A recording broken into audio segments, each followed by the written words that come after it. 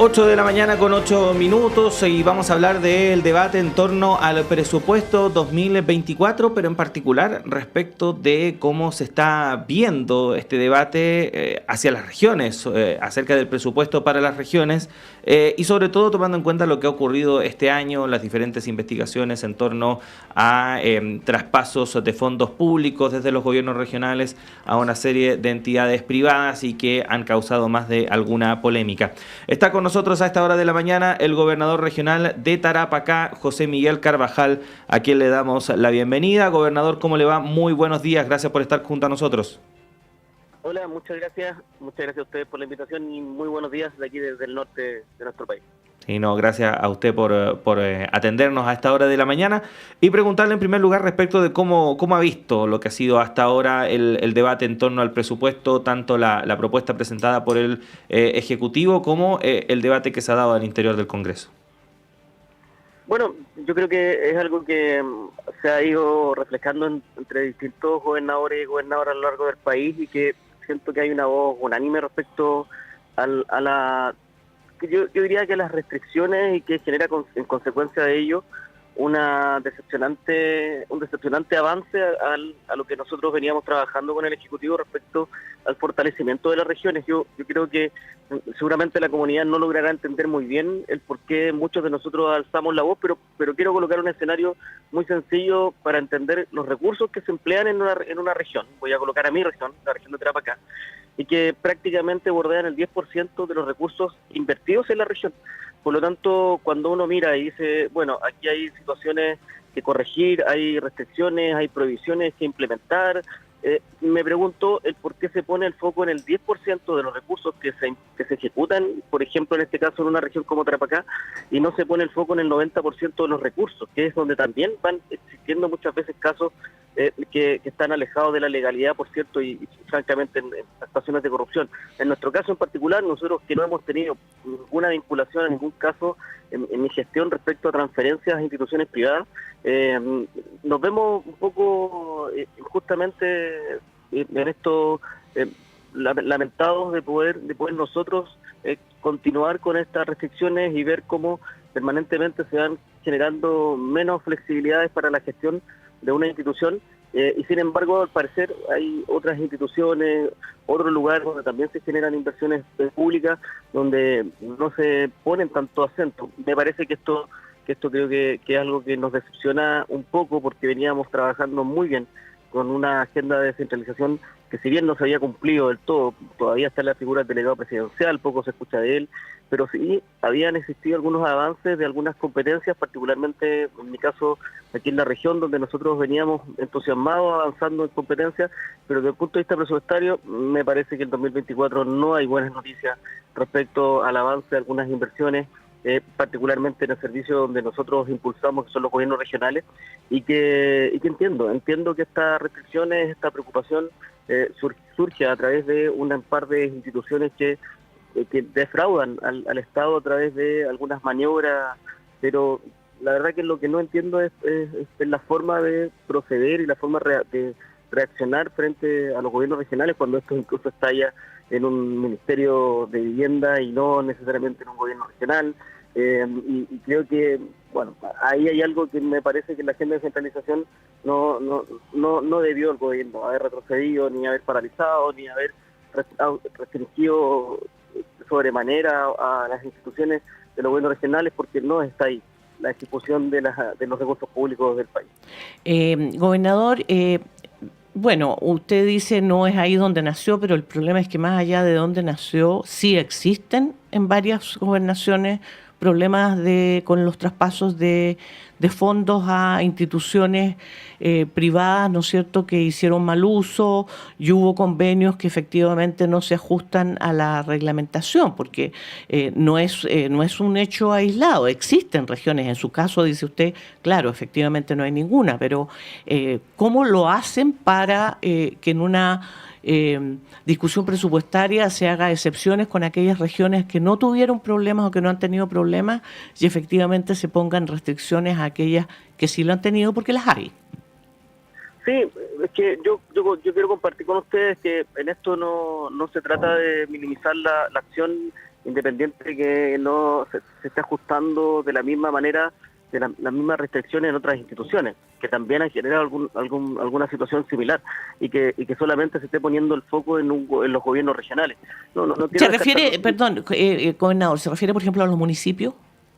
Es que las corporaciones municipales, por ejemplo, ¿no? Los municipios ejecutan mucho más recursos a veces que un gobierno regional. Me imagino que los municipios en la capital, en Santiago, están por lejos del presupuesto que tiene el propio gobierno regional metropolitano, por ejemplo, ¿no? Aquí nosotros en el gobierno regional de Tarapacá tenemos un presupuesto muy parecido a la municipalidad de Iquique, por ejemplo, y que también tiene una corporación, y el gobierno regional también tiene una corporación, pero las formas de evaluar, las formas de restringir, las formas de su procedimiento son, mire, totalmente distintos. Nosotros tenemos 9, 10 procesos administrativos de controles de legalidad, internos, externos, con Contraloría, con DEPRES, con la Subdere, con instituciones en Santiago, pero sin embargo otras instituciones, por ejemplo, en el caso de las municipalidades que tienen corporaciones, no tienen esos controles de legalidad, y ustedes ya han visto y destapado casos de corrupción, en algunas corrupciones a lo largo del país, las municipalidades, pero resulta que ahora que aparecen estas situaciones en los gobiernos regionales, se pone el acelerador en los gobiernos regionales y no en las municipalidades. Yo no quiero jugar con ella el empate, pero lo que yo digo es, bueno, hay que avanzar con todas las instituciones del Estado respecto a las restricciones, pero particularmente lo que a mí me interesa en lo personal es que me parece que esto sí afecta a la flexibilidad. Mire, yo le quiero dar un detalle, un detalle muy muy concreto para que entiendan un poco la confusión que hay respecto a algunas restricciones. Las juntas de vecinos, los clubes deportivos, las organizaciones sociales reciben de los municipios una subvención directa, que va a depender de los fondos que tenga una municipalidad. Para que ellos reciban esa subvención directa, basta que el alcalde cita al consejo municipal y previo orden de la tabla hay una asignación de recursos a una institución.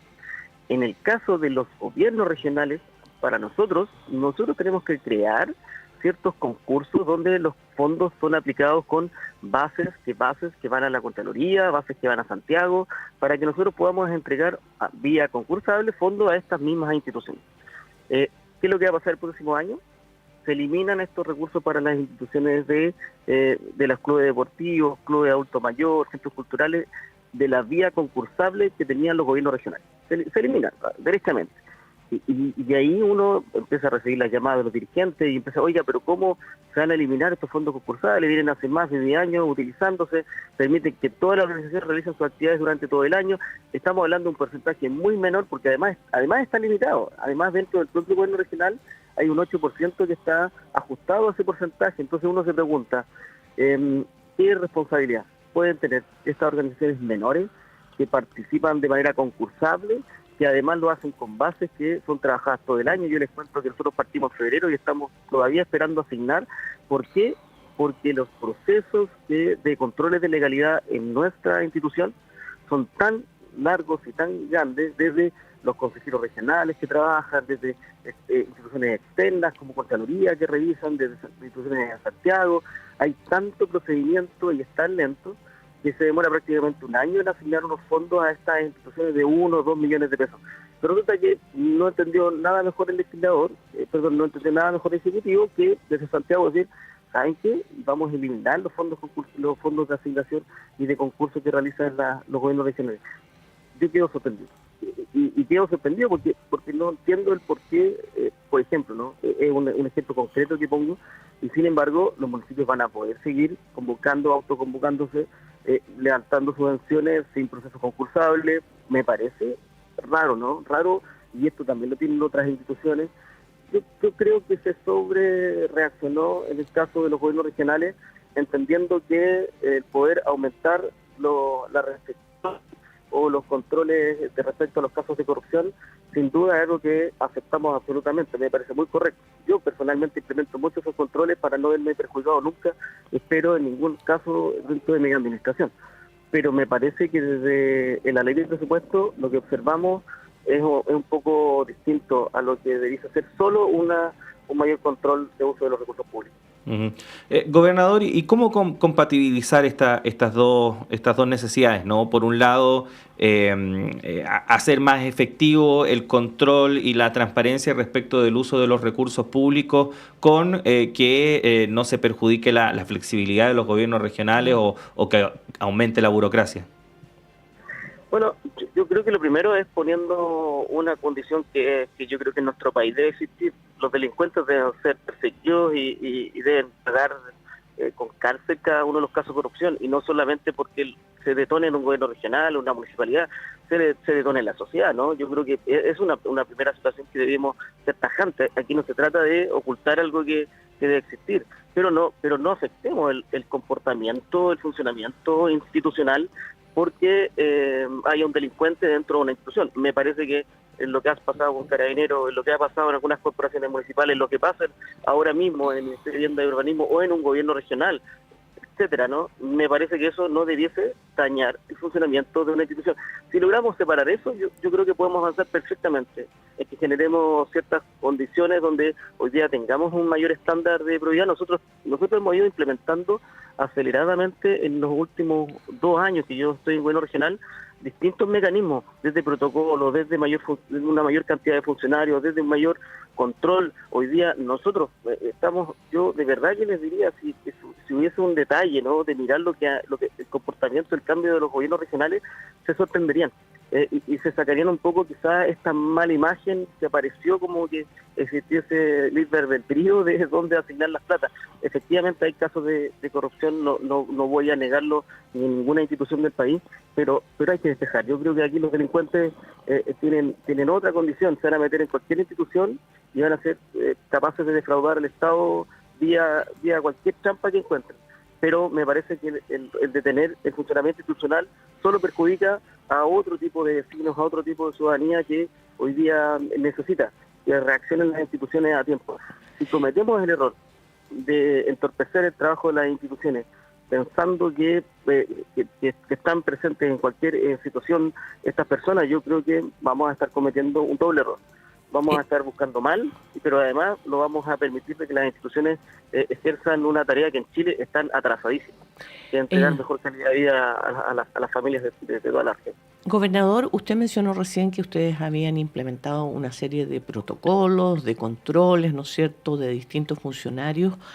Cuando usted se hizo cargo de la gobernación, ¿esos protocolos no existían? ¿Los crearon ustedes? Se lo pregunto porque justamente una de las críticas es que al parecer las regulaciones eran bastante laxas y que no estaban establecidos estas formas de control y estos protocolos. En el caso suyo dice que ustedes los han implementado. ¿Estaban ahí ya o los pusieron ustedes? No estaban, y en eso tienes toda la razón. No habían, y era una de las cosas que a nosotros nos sorprendía. Esta palabra, no utilizada mucho recurrentemente, de asignaciones directas, ¿no? Es algo que no existía mayores restricciones respecto a cómo tú evaluabas este tipo de asignaciones directas, comisiones necesarias, protocolos necesarios, y eso efectivamente nosotros empezamos a implementarlo, pero también fue implementado porque fue sugerencia de otras instituciones. Tanto la DIPRES como Contraloría fueron poniendo estas restricciones y nosotros además sumando algunas adicionales, como hoy día nosotros tenemos un consejo de probidad, tenemos un protocolo de probidad, tenemos un consejo de ética, tenemos espacios desde los propios equipos de los funcionarios del gobierno regional donde nosotros tenemos aplicado estos lugares donde hay estos análisis, pero tienes toda la razón, no los habían, no existían, y ojo en un detalle que también no es menor: el comportamiento de las instituciones del 2022 o este año 2023 son comportamientos que se trabajan y se discuten años anteriores, ¿no? Y que se van aplicando en el siguiente año. Por lo tanto, cuando nosotros llegamos, en mi caso, el 2021, y en el 2022 estuvimos prácticamente 2 años con una administración del gobierno Sebastián Piñera, ¿no? Y no hay que olvidarlo, y una restricción y comportamiento que precisamente tenía DIPRES y Contraloría respecto a las indicaciones del Ejecutivo en ese tiempo, que eran muy flexibles. Y la verdad que frente a ello, los cambios que hemos hecho en este periodo han sido sustanciales.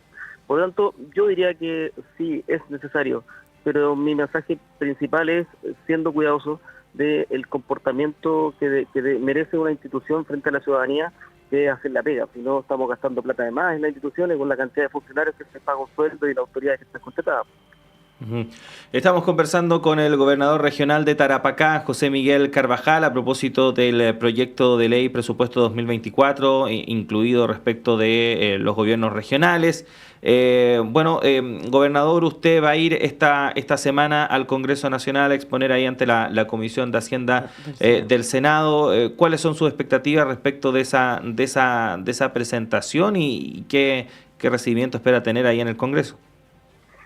Bueno, yo la verdad que estoy muy contento de tener esta posibilidad. No había tenido en los últimos meses esta invitación particular de poder estar presencialmente. Sí me recuerdo que ya lo habían en alguna oportunidad por otro motivo, habían invitado a algunos gobernadores presencialmente, pero ahora hay una mirada mucho más integral de la gestión, que uno, claro, va a esperar que en 10 minutos tratar de ser lo más contundente posible de lo que estamos haciendo, pero nos permite el poderle expresar precisamente a los senadores y a los distintos parlamentarios esta situación que muchos de ellos seguramente porque están en otro tipo de tareas no entienden muy bien el cómo uno va tomando las decisiones en el día a día y cómo va generando mecanismos de eficiencia de los recursos públicos. Y yo creo que es una tremenda oportunidad. Vamos a estar el miércoles ahí. Yo espero que conozcan nuestro proyecto. Nosotros en el caso de Tarapacá estamos creando un área metropolitana, tenemos la política de zona extrema que está levantando una cartera importante de proyectos, estamos diseñando nuestra actualización de la estrategia regional de desarrollo que está en plena actualización. Por lo tanto tenemos un modelo de desarrollo, un proyecto de desarrollo, tenemos instituciones que hemos creado público-privadas para acelerar la inversión pública. Tenemos una buena cartera de iniciativas y creo que es una tremenda oportunidad para que nosotros podamos compartir. Así que ahora yo espero que no suceda un poco lo que a uno no le gustaría, que se traduciera solo, ¿no?, a una situación más bien de utilización quizás política por parte de algunos. Yo espero que sé que por ahí hay algunas situaciones más particulares en algunas regiones con algunos parlamentarios y gobernadores, pero yo espero que de verdad sea una reunión de trabajo, sea provechoso y permita para nosotros contar lo que estamos haciendo. Gobernador, va a ir a la Comisión de Hacienda del Senado, va a tener la posibilidad, efectivamente, como señala, de exponer lo que están haciendo y me imagino también las dificultades que podría implicar las nuevas normas que está poniendo este proyecto de presupuesto del Ejecutivo. ¿Han conversado también con el Ejecutivo? ¿Han hecho ver las aprensiones que tienen al respecto? Sí, se ha tenido una comunicación, yo diría, bastante directa. El presidente de la asociación que la preside, el gobernador de Antofagasta, durante este periodo, ha sido una persona bastante vinculada permanentemente a entregar cada una de las respuestas, no solamente a los distintos gobernadores, sino que el articular con las instituciones y principalmente la autoridad a nivel central. Yo espero que esta discusión presupuestaria que se esté dando cambie un poco en la ley de presupuesto que ingresó el gobierno y de verdad que me parece que logre entregar herramientas para que hagamos una efectiva descentralización, que es lo que queremos todos. Esperemos que esta ley de presupuesto pueda cambiar un poco el debate y el discurso en el Parlamento. Sí, a propósito de esta efectiva descentralización, gobernador, para estas alturas de esta administración, muchos esperaban que hubiese más claridad, por ejemplo, respecto de varios temas en torno a lo que estamos conversando. Por ejemplo, respecto del rol de los delegados presidenciales, se hablaba de una suerte de traspaso de funciones o de atribuciones para que no hubiese algún tipo de choque entre estas dos figuras, la del gobernador o gobernadora regional con la de delegado y delegada presidencial. Pero hemos visto que todo eso se ha ido atrasando, que todo eso se ha ido dilatando. ¿Cómo proyecta precisamente que se vaya a dar este tema, ¿no? Porque efectivamente este es un tema el que estamos conversando, el del presupuesto que ha sido demandado por los gobiernos regionales, pero también hay otros donde los avances se ven bastante lejanos. Sí, bueno, nosotros la verdad que veníamos un poco preocupados respecto al compromiso de la eliminación de la figura del delegado presidencial. Sabíamos que había un compromiso de poder reemplazar esta figura del delegado presidencial, y que ese compromiso tenía cerca del segundo semestre de este mismo año una respuesta y una propuesta, pero a raíz de lo que pasó, al parecer cambiaron los planes, cambió el diseño y hoy día nos tiene preocupados. Yo no les podría negar de que me parece que la elección de los propios gobernadores regionales que se va a llevar adelante durante el octubre del 2024, seguramente vamos a tener en ese proceso, y por qué no pensarlo, el mismo proceso del 2025, donde se termina este periodo inicial, el primer periodo de los gobernadores regionales, todavía esa figura, y me parecería un poquito decepcionante, porque entendí, y todos los gobernadores entendimos de que este era un compromiso del propio presidente, y que lo dijo, particularmente lo dijo aquí en Tarapacá, cuando vino a un encuentro, lo dijo a lo largo del país, y que ese compromiso, que es un compromiso simbólico, mire, porque más allá de las atribuciones que tiene el delegado, y nosotros siempre lo hemos señalado, atribuciones de seguridad, por cierto, quedarán en manos de alguna figura de representación del gobierno a nivel local, pero la figura de la delegación es una sombra, es una contrapuesta de lo que puede hacer el nivel central en cada una de las regiones, y nos encontramos precisamente en ese espacio donde existen confusiones. Ahora en este ratito estoy mirando precisamente aquí en mi oficina unos mensajes respecto a unas personas que me han mandado, y por ejemplo, un detalle, ¿no? El día de ayer jugaron un partido de fútbol muy importante, Santiago Wander y yo estuve en la cancha, existieron en algún momento incidentes, y una de las personas nos escribía y nos decía que había recibido atención médica porque le había llegado algo en la cara y se había cortado. Y nos decía que nos iba a demandar, que iba a demandar al gobernador, que iba a demandar a todo el gobierno regional, porque además nosotros hicimos unas fotografías, por cierto, felicitando la gran concurrencia al estadio. Y nos decía porque nosotros somos los que autorizamos a la hinchada visitante y estadio seguro. Y la verdad que, miren, miraba cómo el equipo de comunicaciones le respondía con un tono muy amable, y la persona muy enojada, y se entiende porque seguramente fue particularmente ella o algún familiar de ella violentado en este incidente, pero resulta que no logró entender, y me di cuenta en 3 o 4 respuestas de que nosotros no somos quienes estamos a cargo de Estadio Seguro. ¿Se dan cuenta cómo detalles como eso?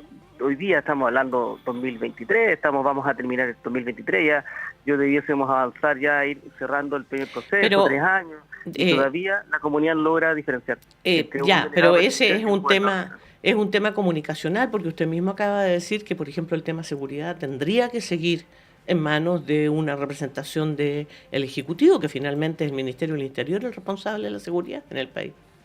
Sí, y lo digo por otra situación, porque lo que nosotros apelamos no necesariamente tiene que ver con algunas competencias, y por eso lo vuelvo a reforzar. No tiene que ver con que nos entreguen todas las competencias de los delegados, eso no ha sido la discusión. Lo que decimos es que teniendo una autoridad regional delegada por el presidente máxima, que preside, por ejemplo, ¿no?, un desfile, que realiza vocerías, que está a cargo de todos los seremis, que revisa la situación del estadio, que tiene un rol de autoridad máxima. En el protocolo se confunde con la autoridad máxima, que es el gobernador regional. Y estamos permanentemente en las regiones con estas discusiones, que son discusiones, usted me dirá, quizás un poquito menores, porque estamos hablando de fútbol, pero fíjese que son también igual de importantes, porque cuando hay un incendio, cuando hay una acción mediática... No, para cualquier situación, me imagino. Cualquier situación, el vecino, ¿qué es lo que hace? ¿Dónde se dirige? Y le acabo de decir, el vecino, la vecina, no piensa en el delegado ni la delegación presidencial. El vecino piensa, a ver, aquí hay una persona electa que es la máxima autoridad, a mí me dice, yo voy sobre él y sobre él planteo mis preocupaciones. Bueno, si existiese una figura delegada del nivel central y la autoridad máxima, como debiese ser el gobernador regional, nosotros perfectamente podríamos comunicarnos con esa figura delegada del nivel central y poder realizarlo directamente y encarar este tema, pero no podemos encarar estos temas porque hay una segunda figura muy presente, muy mediática en todas las regiones, que responde también a estas situaciones ciudadanas. Entonces se va generando esta situación donde la gente no logra entender, y todavía no logra entender, por eso lo planteo, ¿no? Por una situación más bien de presencia, de la fuerza que le genera esta figura al delegado presidencial, que yo creo que hasta para los periodistas es confuso a veces cuando ocurre una situación, decir, bueno, ¿con quién pesco la cuña? ¿Lo hago con el gobernador o lo hago con la delegada o delegado presidente? Yo creo que esto debe pasar mucho a lo largo de todo el país. Imagínense para un vecino y una vecina que no tiene idea y tiene que estar yendo a buscar a veces alguna información y se encuentra con esto que les dicen, oiga, no, mire, el 2021 esto cambió, ya no existe, ahora existe un delegado y esto va por otro lado. Mire, eso es tan confuso.